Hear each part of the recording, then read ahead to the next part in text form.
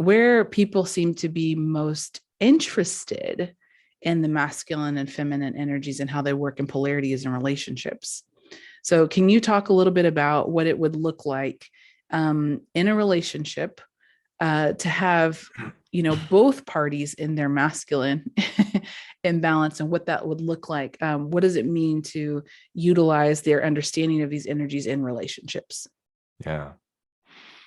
Yeah. Again, this is why polarity is really important to understand if you want to have a healthy relationship. I think if we look first at what does the wounded masculine look like in a relationship, and the wounded feminine, we see that on the masculine side, the wounded masculine will become the narcissist, the gaslighter, because a wounded masculine is one who doesn't have any integration of their feminine. Mm-hmm. And so the masculine part of them has to take over that portion of their psyche and become even more controlling. And that's what the masculine does. It's the outward going energy. It seeks to possess, to control, to conquer, to have dominion over. And there's a place for that in the right way. But the narcissist is the one who can't handle their partner's emotions. I don't want to hear your tears. I don't want to hear you crying. I don't want any of that shit. You don't feel that way. That didn't happen. I didn't do that. Shut up. I can't handle you when you're like this. Mm-hmm. That's a typical narcissist, right? And both sides of the spectrum, if one is wounded, it will catalyze the other's wounds. Mm-hmm. It will poke the other one's wounds. And again, that's kind of the way the universe forces us to get healed, because at a certain point, it just becomes too unbearable to remain broken, disconnected.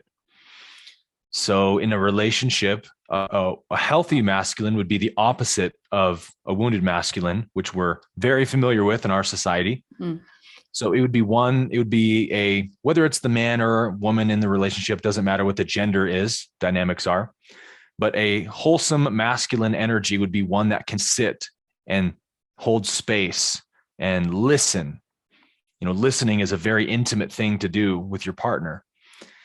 And patience is an aspect of integrity. Integrity is an aspect of wisdom. Mm. Wisdom is kind of like the masculine polarity in a nutshell. Right. So when we integrate wisdom says we need to feel this, we need to hear this, they need to express themselves, they need to be heard, they need to feel seen. Otherwise, those distorted emotions will keep recycling. Right. Right. And what about the wounded feminine?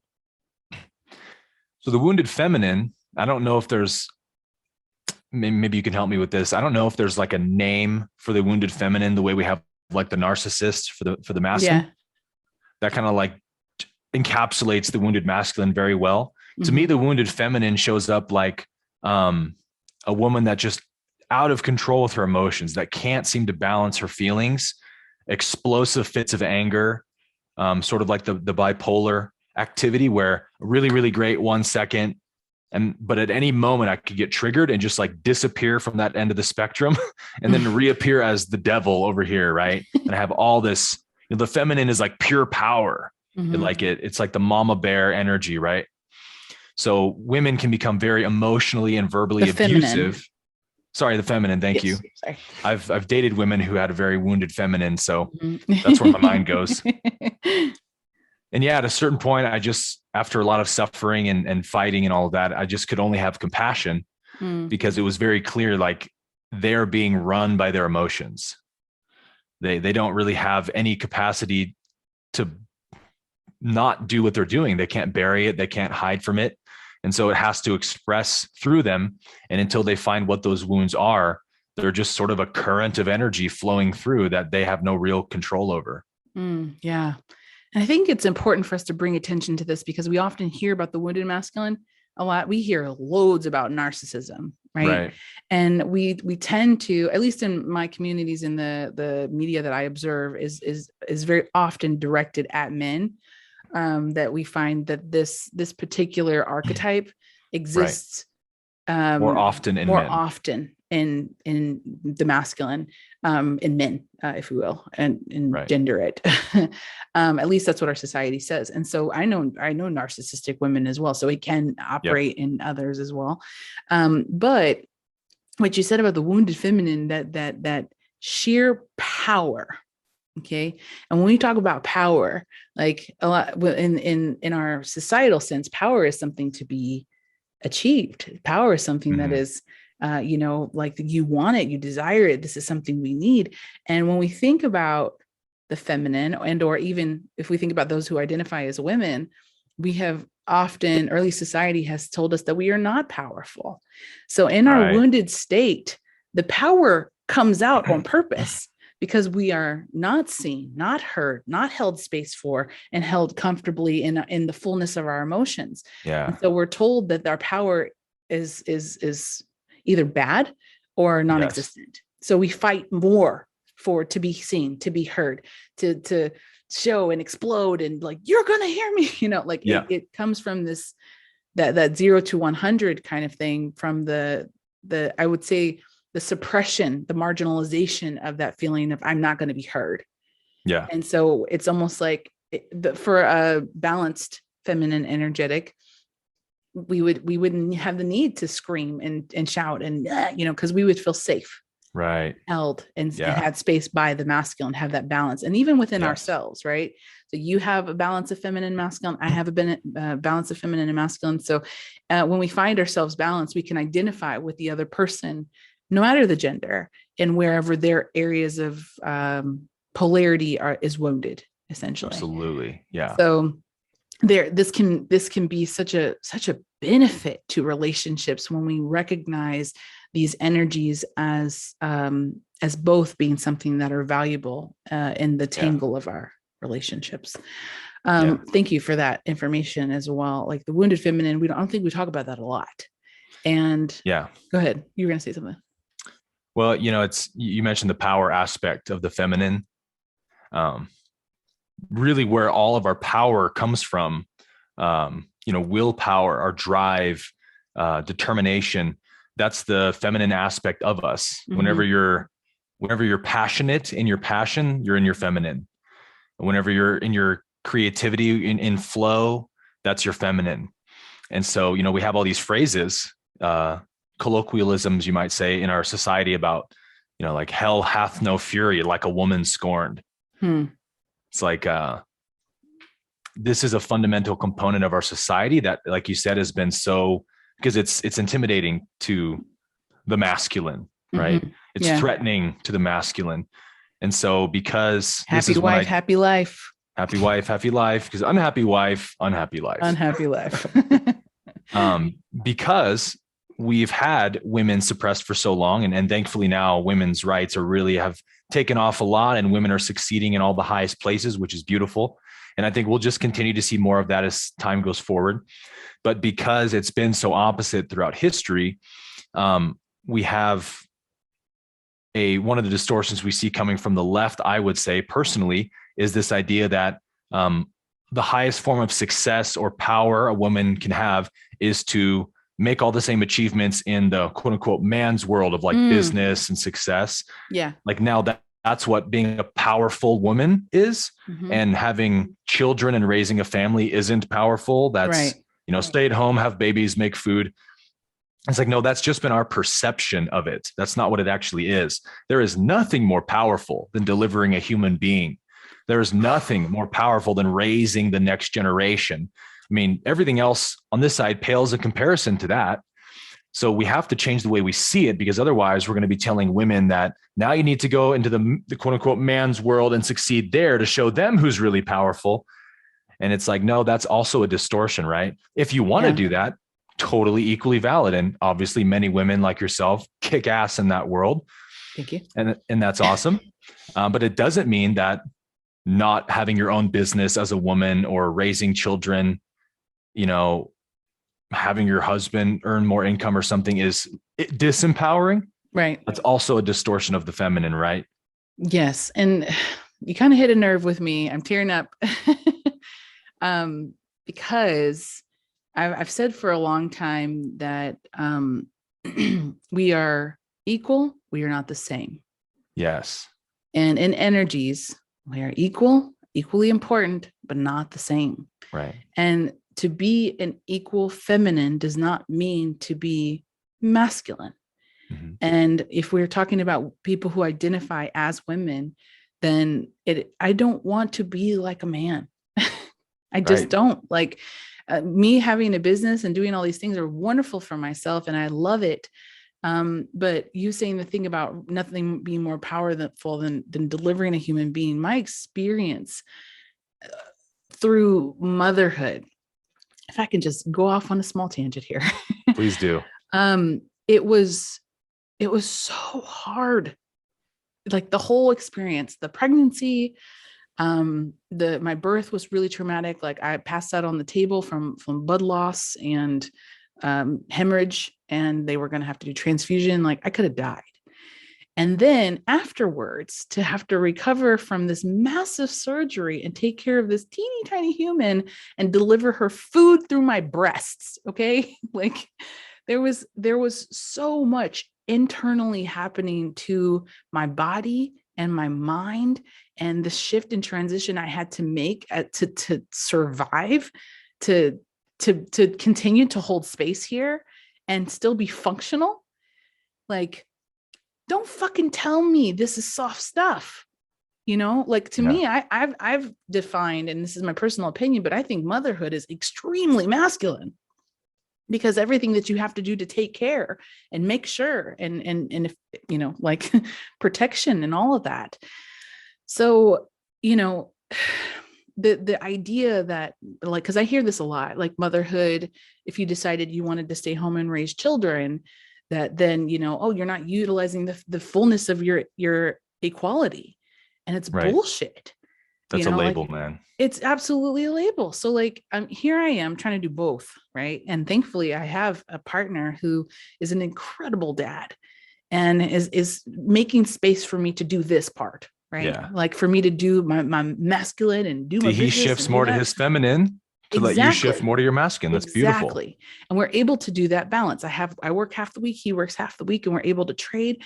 And I don't see that for a lot of people, like for a lot of women, to be able to have that space to do that. But if they knew that they could, if they knew that it was acceptable to do both, not that they have to do both, but that they could do one or the other, and that wouldn't be, demonetizing their ability to be equal, then they could be free. Yeah. Come on. Anyway. Ugh. Yeah. So much to say about this. Yeah. This is a huge topic, I think. In terms of the power that it requires to give birth to a human being. I mean, I'll stand up as a man and say, I don't think I could ever do that. That's just the most incredible act I think humans do, is giving birth. And when my mom was giving birth to me, I might get a few details wrong here, but she had sepsis during labor. Oh. And she was not doing good. She was, her vital signs were dropping. They couldn't stabilize her. And it got so bad that they told my dad, they said, unfortunately, we're at a juncture now where we have to choose whose life to prioritize. Oh. And we can't promise you that whose life we don't prioritize will make it. It's that serious.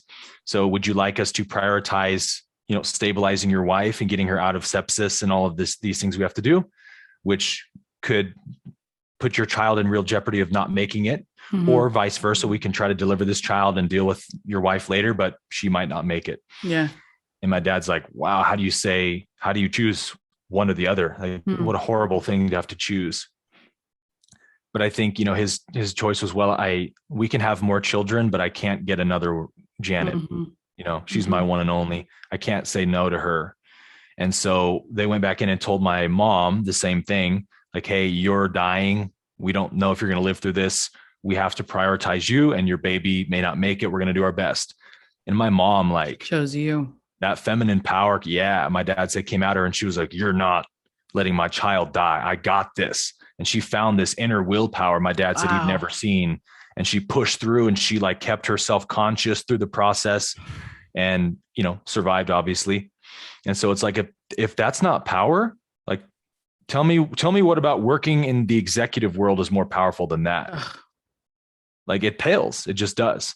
So society has told us that succeeding in business and making money is power. Staying at home is weakness, or less valid, let's say. Nothing could be anybody further from who the stayed truth. home with a bunch of kids knows Yeah. what you Please have to give be me your able to business do. job.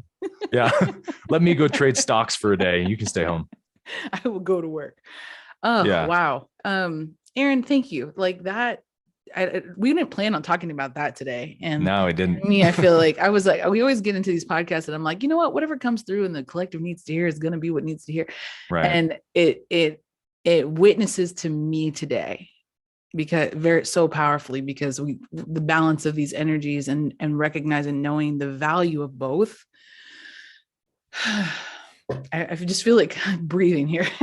Yeah. It gives us, I would say, a more grounded, better view of a happier life we could live, a more balanced life Absolutely. that we could live. Damn, that's incredible. So like, how do we transition from that? Well, I love what you said about how your partner, he takes more of the feminine role, the child rearing, taking care of them, while you do work on your business and your podcast. And then you guys can just shift roles when vice versa, when it wants to be the other way. Like, look at how much more opportunity for success you guys both have in having that relationship, because you're both integrated. Yeah. Whereas if the woman always has to take care of the children, the man always lets her take the job, and he doesn't want to change the diapers and do all this stuff, she will burn out. She needs to be in her masculine a little bit too.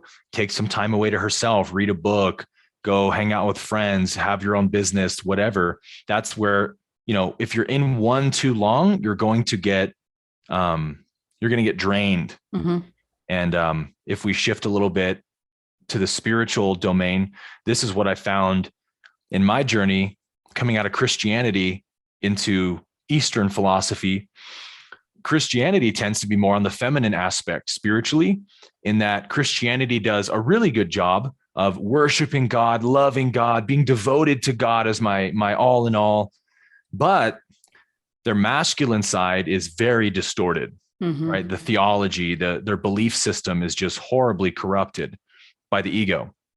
And so it was the distorted masculine of Christianity that I hated, and it was the feminine that I loved. I loved worshiping God, and that was actually my career path, was to be a worship leader, worship pastor. I missed that part of church. Same. Like Black Can we church, bring especially. that back? Like, Yes. yeah, I was like, I loved sitting there and singing the same phrase over and over and over, and like just getting into it. Like that was beautiful. But yeah, go ahead. It's an experience unlike anything else, because it's the collective energy you create together, that we're all in this room with one devoted purpose, with one love, and expressing ourselves together. And if you can get out of your judgmental masculine thinking mind and just get into your feeling, we would create some really powerful atmospheres in my church growing up, where like miracles would manifest, people would get healed of diseases all the time. Traumas would break down and people would find healing of stuff. Just the pure power of that presence we would create. But, God sends you to hell if you don't accept Christ. Women are inferior to men. The rapture draws nigh. The Bible's infallible. These are the distorted masculine belief systems in Christianity that repel people from it, like myself. And so I was, what's that? I said myself included. Yeah. Yeah. Yeah. And so you and I, probably anyone else who leaves their religion, the Christian religion, was really hungry for some rational, logical understandings of the divine nature. Like, help me make sense of this. Right. I can't live with this internal conflict of a God who I love and experiences love, and then you tell me he's angry and judgmental and creates division between his own children. I just can't reconcile those two.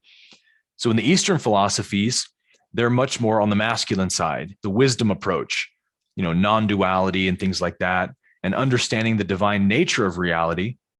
And man, that's what I needed. And I dove headfirst into it for 4 or 5 years, which led me to my second awakening. But at a certain point, the depression came back again, and it started to overwhelm me more and more by the day, because I knew all this great spiritual knowledge, and I understood myself as pure consciousness and the universe experiencing itself. But I didn't have the love or devotion for this divine any longer that connected me with that reality. Yeah. So I felt this emptiness. this hole that couldn't be filled. No matter how much knowledge and wisdom I acquired, I felt empty and meaningless and purposeless. And I remember I had a really bad experience one day. I did a mushroom trip hoping that I could do some shadow work. Oh. And I did, baby. Yeah, you did. But it was like what you would call a bad trip, where Right. all of these feelings of hopelessness, life is meaningless. Who cares if you're a consciousness? Life sucks anyway, you know. And I was like, these thoughts are just horrible. I don't want to think these thoughts, but man, they just feel so real. How can I escape this? And I was just for 2 or 3 hours, just like in this agonizing bad trip, sitting with these thoughts that had been tormenting me secretly, now are at the forefront of my mind. And I swear, like a light piercing the dark clouds above me, this ray of light shone down as if it said to me, Aaron, like, didn't you forget that God is love? You used to love God, remember? And I had this flashback of, 0 to 23 years old when I was a devout Christian. Like, I was as in love with Jesus as you can get. Yeah. I was a worship leader, for crying out loud. Yeah. And I would all day long in my classroom, at school, at home, on the way to school, before bed at night, I'm just talking to God, loving on God, like my best friend, feeling connected. And I'd lost that when I left Christianity, because I sort of threw out a lot of the good stuff with the bad stuff. And the feminine aspects of your divinity. I divorced myself from the feminine aspect of spirituality. And so it was like, at that moment, all I wanted to do was to go visit sick children in the hospital and just get out of myself and love others. It's like, that's what felt good. That's what felt like medicine. And that's what I did. And that is actually what ended my depression. So there's a good example too, right? Of how we can't afford to be disconnected from either side, because we will run into big issues. Yeah.